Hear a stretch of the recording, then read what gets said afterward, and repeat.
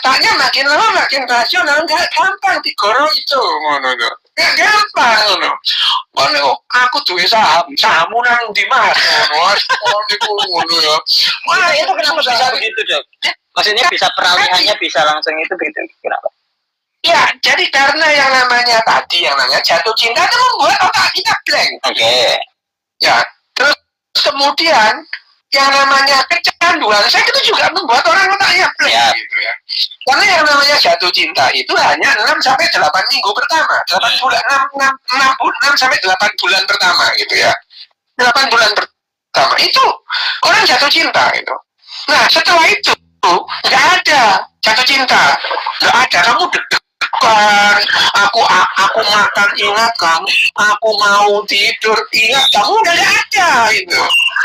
Lihat fakta puluhan tahun balik ya gitu. Otaknya makin rasional gitu pada saat yang namanya estrogen itu mulai turun, testosteron mulai naik, mulai dia itu tahu taktiknya laki-laki itu. Karena otak perempuan pada awal usia 40-an menyerupai otak laki-laki gitu. Jadi kayak laki-laki dia tahu setan. Dia percaya bekoni. Tapi secara struktur otak memang menyerupai begitu, Dok.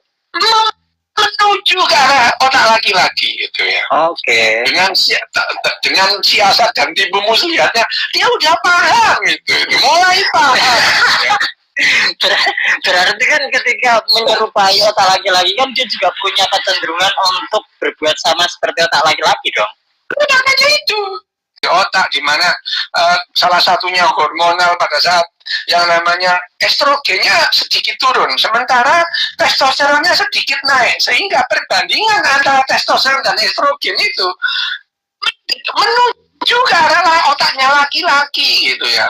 Yang jadi dia tuh udah paham siasat laki-laki ya, gombal muki okobong, ngerti deh gitu ya. Jadi dia itu pada 25 tahun pertama otak perempuan cenderung tidak rasional dalam hal memilih pasangan.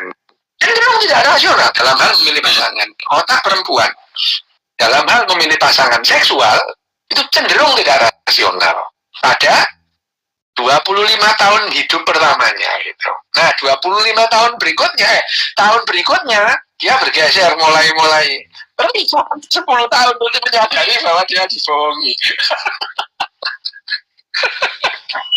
Ya itu, makanya pada usia tengah 30-an perempuan itu udahlah, kalau dia itu belum memutuskan, kamu